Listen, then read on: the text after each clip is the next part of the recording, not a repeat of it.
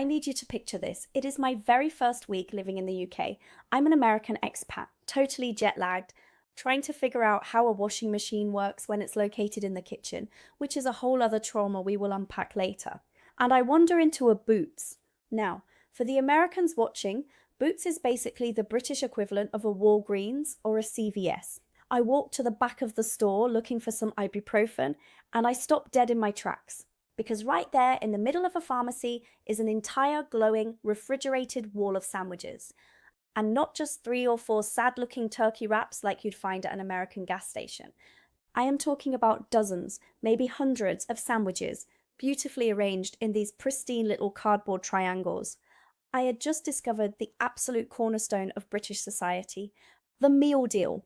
Here's the truth in the US. We treat sandwiches as either a massive deli event stacked a mile high with pastrami or a hot melty panini. But in the UK, the cold sandwich is a religion. I was literally shocked to find out that British people buy over 4 million pre-packaged sandwiches every single day. 4 million? The sandwich economy here is worth over £8 billion a year. It is a structural pillar of the British workforce. You get a sandwich, a snack and a drink for like £3.50, and it is the great equalizer. Everyone from construction workers to corporate bankers gets a supermarket meal deal for lunch. But the flavours, oh my gosh, the flavours. Before moving here, I thought I knew what went between 2 slices of bread. But Britain plays by its own sandwich rules. So today, I am breaking down the 9 sandwiches I had literally never tried, and in some cases never even heard of, before moving to the UK as an American. Let's kick things off with a sandwich that completely broke my American brain, and that is the chip butty. I need you to hear the words coming out of my mouth. A chip butty is literally French fries shoved inside heavily buttered white bread. That's it, that's the sandwich. When my British friends first handed me one at a pub, I thought it was a joke. I was like, wait, where is the meat? Where is the cheese? Where is the protein? In the US, we would never put potatoes inside bread. It is the ultimate carb-on-carb crime. But you guys, you have to understand the psychology and the history here. In the UK, chips are not American French fries. They are thick, chunky, fluffy on the inside, and usually soaked in malt vinegar and salt. The butty part comes from northern England, originally referring to a slice of bread spread thickly with butter. Back in the 19th and 20th centuries, for the working class families in the industrial north, meat was incredibly expensive, especially during the rationing of the world wars. Potatoes and bread were cheap, calorie-dense, and kept you warm in the freezing damp weather. So you take hot, salty, vinegary chips straight from the fish and chip shop, you slap them between 2 slices of cheap white bread, slathered in actual dairy butter, not margarine. It has to be real butter, so it melts instantly and you eat it fast. I took one bite, and I am not kidding, I saw heaven. It is a textural masterpiece. The soft bread, the melted butter, the slight crunch of the chip, the tang of the vinegar. It makes absolutely zero nutritional sense, but it is the ultimate British comfort food. And honestly, this is one of those topics where the really interesting part is what I couldn't even fit in here. So if you want that version, join the membership below. That's where I go deeper, get more personal, and tell the parts I usually leave out of the main video. Now, from the ultimate comfort food, we are doing a massive 180 to a sandwich that I actively recoiled from the first time I saw it in a Tesco meal deal section. We need to talk about the prawn mayonnaise sandwich. Listen to me very carefully. If you go to a gas station in America and buy a cold, wet shrimp sandwich, you are going to the emergency room. You just are. Americans are terrified of pre-packaged convenience seafood. So when I saw British people casually buying cold prawn sandwiches on a Tuesday afternoon for lunch, I was terrified for them. But here is the historical context you need. In the UK, prawns are tiny, sweet little shrimp, and the sauce they use is something called Marie Rose sauce. It's basically mayonnaise mixed with ketchup, a dash of Worcestershire sauce, lemon juice, and a tiny bit of cayenne pepper. This flavour profile was popularised in the 1960s by a famous British TV chef named Fanny Craddock, who basically brought the prawn cocktail into every middle-class British dining room. Over time, that fancy dinner party appetiser just kind of slid its way into 2 slices of oatmeal bread. And guess what? The UK has ridiculously strict food safety standards. The supply chain for these chilled sandwiches is a logistical marvel. They are made fresh, shipped overnight, and kept at exact temperatures. Once I got over my deep-seated American fear of gas station shrimp, I tried it. And you know what? It's surprisingly elegant. It's light, it's tangy, the bread is super soft. I would still never eat it on a hot day, but I finally understand why it's consistently one of the top 3 best-selling meal deal sandwiches in the entire country. Moving on to number 3, and I'm going to need my fellow Americans to sit down for this one because the naming convention is entirely misleading. It is the cheese and pickle sandwich. Now, in America, if you say cheese and pickle, you are picturing a slice of Kraft American cheese and a giant wet green dill pickle from a jar, maybe a kosher dill. But in Britain, pickle means something completely different, and it is a cultural institution. When Brits say pickle in a sandwich, they are specifically talking about Branston pickle. I was so confused the first time I opened this sandwich. Branston pickle is not green, it is dark brown, thick, sticky, and chunky. It is technically a sweet and spicy chutney made from diced root vegetables, things like rutabaga, carrots, onions, and cauliflower, suspended in a sauce made of vinegar, tomato, apple, and spices. It was first made in 1922 in a village called Branston. And the cheese? It is always a mature, sharp British cheddar. By the way, American cheddar is orange because we dye it with annatto seed. British cheddar is its natural pale yellow color, and it is beautifully crumbly and sharp. The psychological profile of the cheese and pickle sandwich is all about contrast. You have the rich, fatty sharpness of the cheddar completely cutting through the sweet, vinegary, crunchy tang of the dark brown pickle. It hits every single taste bud. It is earthy, it is aggressive, and it is so deeply British. In the US, we rely on mayonnaise or mustard for our sandwich moisture. Brits rely on chutney. It completely blew my mind, and now I literally have a jar of Branston pickle in my fridge at all times. Okay, let's totally break the pattern here, because sandwich number 4 is a royal affair. Literally. Let's talk about Coronation chicken. I vividly remember looking at this sandwich in a Marks and Spencer and thinking, why is the chicken neon yellow? In the States, chicken salad is very straightforward. It's chicken, tons of mayonnaise, celery, salt and pepper. It's white and creamy. British Coronation, chicken is cold chicken mixed in a bright yellow sauce made of mayonnaise, curry powder, apricot puree or mango chutney, and usually dotted with sultanas, which are basically golden raisins. Now, Americans have a deep psychological aversion to mixing fruit with meat. If you put a raisin in my savory sandwich back in Chicago, I would have thrown it out the window. But this sandwich is actual living history. It was invented in 1953 by Constance Spry and Rosemary Hume, specifically for the banquet of the coronation of Queen Elizabeth II. You have to understand the context of 1950s Britain. The country was still under post-war rationing. Food was bleak, grey, and limited. But the British Empire still had ties to India and global spice routes. So, creating a bright yellow, curried, slightly sweet chicken dish was a massive flex. It was exotic, it was luxurious, it was a symbol of a new era of optimism for the young queen. Fast forward 70 years and it is a staple of every British supermarket. When I finally took a bite, the curry flavour isn't spicy, like a hot Indian vindaloo. It's a mild, fragrant, sweet earthiness. The apricot gives it this fruity jam-like quality. It is bizarre to an American palate, but it is weirdly addictive. It is literally history wedged between 2 pieces of brown bread. This brings me to sandwich number 5, which is an absolute weekend ritual in the UK, the bacon butty. Now, you might be thinking, Olivia, we have bacon sandwiches in America. It's called a BLT. No, stop right there. The British bacon butty is an entirely different species, and it revolves around 2 massive cultural divides, the meat and the sauce. Let's talk about the bacon first. American bacon is streaky bacon. It's from the belly of the pig. It's mostly fat, and we cook it until it shatters like glass. British bacon is back bacon.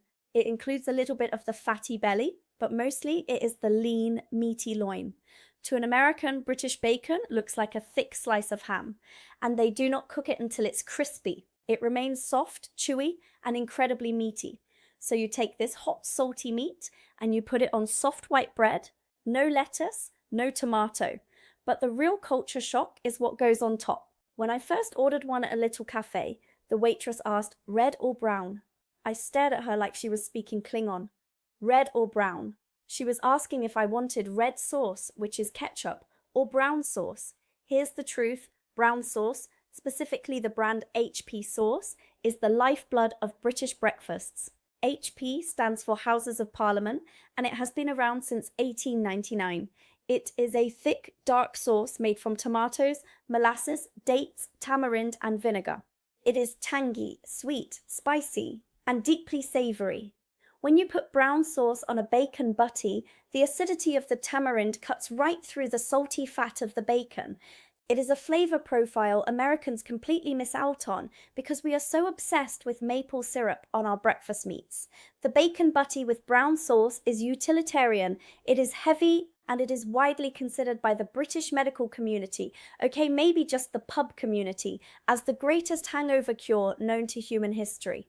Now, sandwich number 6 is going to sound like something you feed a toddler, but in the UK, it is a legitimate meal for grown adults: the fish finger sandwich. I was at a trendy, expensive pub in London, and I saw a fish finger sandwich on the menu for £16. £16? I thought, wait, like frozen fish sticks? Yes, like frozen fish sticks. In the US, fish sticks are what you microwave for a 5-year-old when you don't have time to cook. But in Britain, the fish finger has immense nostalgic value. It goes back to 1955, when Clarence Birdseye introduced the first frozen fish fingers to the UK. Britain is an island nation. They have a massive history of fishing and a deep cultural love for cod and haddock. The fish finger was marketed as a convenient way to get premium white fish into the diet without bones. And somewhere along the line, adults started putting them inside sandwiches.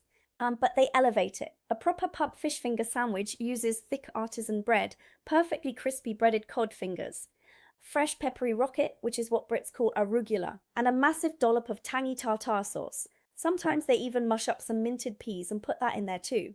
When you bite into it, the crunch of the breadcrumb against the super soft, flaky white fish, combined with the sharp, acidic bite of the tartar sauce, I'm not going to lie to you guys, it completely obliterates any American fast food fish sandwich.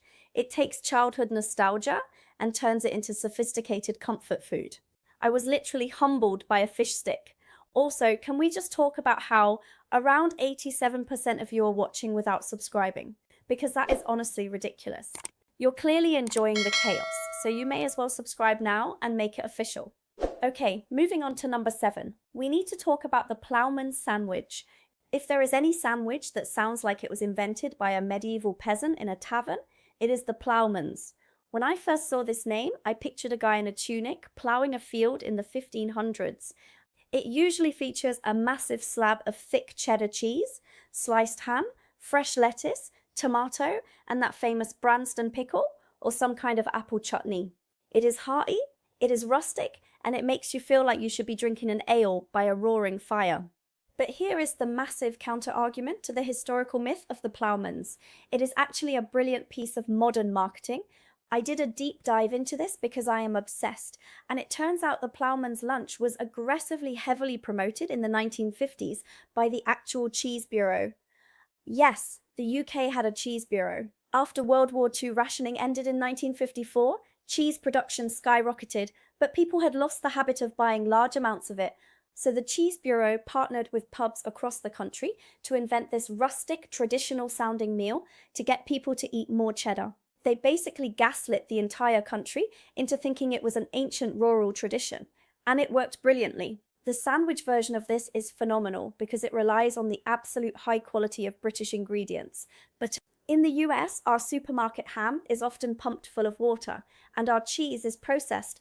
In the UK, the standard supermarket ploughman sandwich uses proper thick carved ham and vintage crumbly cheddar. It is dense, it is a sandwich that requires actual jaw strength to eat, and it fills you up for the entire day. Sandwich number 8. I am going to warn you right now, this one almost made me pack my bags and fly back to America. It is the Marmite and cheese sandwich. I knew Marmite was divisive. Their entire marketing slogan is literally, love it or hate it. But I thought, it's just a spread. How bad can it be? In the US, our spreads are sweet. Peanut butter, jelly, Nutella. Marmite is a thick, sticky, dark brown paste made from yeast extract. It was invented in 1902 by a German scientist named Justus von Liebig, who figured out that the leftover yeast from brewing beer could be concentrated into a paste. It is incredibly salty, aggressively savory, and smells like a brewery floor. It is packed with vitamin B, which is why British mothers have been feeding it to their kids for a century. But to an adult American palate, it registers as actual poison. My British neighbour made me a toasted cheese and Marmite sandwich. Now, the trick with Marmite, which I did not know, is that you are supposed to use a microscopic scrape of it. You butter the bread heavily and you literally just kiss the knife of Marmite across the butter. Then you add mature cheddar. While she used a generous layer, I took a bite and the sheer volume of umami and salt violently assaulted my senses. It tastes like beef bouillon cubes mixed with soy sauce and black tar. I had to smile and swallow it while my soul left my body. But here is the psychological analysis of why Brits love it. It is an acquired taste from early childhood. It triggers comfort, warmth, and home. Just like how Americans love peanut butter and jelly, which, by the way, British people think is absolutely disgusting and repulsive because they view peanut butter as savory and jelly as sweet, and mixing them is a crime to them. The Marmite and cheese sandwich represents the ultimate transatlantic cultural wall. I have lived here for a while now. I have adapted to almost everything, but Marmite is the one border I cannot cross. Finally, sandwich number 9, the complete opposite of the aggressive Marmite, the most delicate, polite, stereotypically British sandwich in existence, the egg and cress. If you have ever watched The Crown or Downton Abbey, or imagined having high tea with the Queen, this is the sandwich you are picturing. It is invariably served on thin, soft white bread or wholemeal bread, usually with the crusts cut into perfect little rectangles. The filling is hard-boiled eggs mashed with mayonnaise, a tiny bit of mustard, and generous handfuls of fresh cress. Now, in America, if we make egg salad, we use paprika, we use celery, we make it heavy, and we certainly don't use cress. Most Americans don't even know what cress is. Watercress and mustard cress have this incredibly sharp, peppery, almost horseradish-like bite. In the Victorian era, cress was a staple because it grew incredibly fast and cheap on windowsills. It provides a massive punch of flavor and crunch. So you have the rich, creamy, sulfurous mush of the egg mayonnaise, completely lifted and cut by the spicy crunch of the cress. When I first bought an egg and cress sandwich at a petrol station, which is a surreal place to buy an elegant tea sandwich, I was amazed by how light it was. It doesn't weigh you down. It doesn't put you into a food coma like an American meatball sub. It is refined, simple, and perfectly balanced. It perfectly encapsulates the British stiff upper lip. No fuss, strictly practical, quietly excellent. Looking back on my time here, I realized something profound about the British sandwich culture. In America, our food is loud. We want the biggest burger, the craziest toppings, the most melted cheese stretching for miles. We want our food to be an event. But in the UK, the sandwich is about quiet reliability. It is about a £3.40 meal deal waiting for you when it is raining sideways outside and you have a miserable commute on the tube. It's about taking a slice of history, whether it's post-war Coronation chicken, working class chip butties, or Victorian egg and cress, and wrapping it in humble soft bread. I came to the UK expecting to miss American food terribly, and sure, I miss a good New York bagel. But I have to admit, standing in that boots aisle, staring at that glowing wall of cold sandwiches, Britain got this one absolutely right. Just keep the Marmite away from me.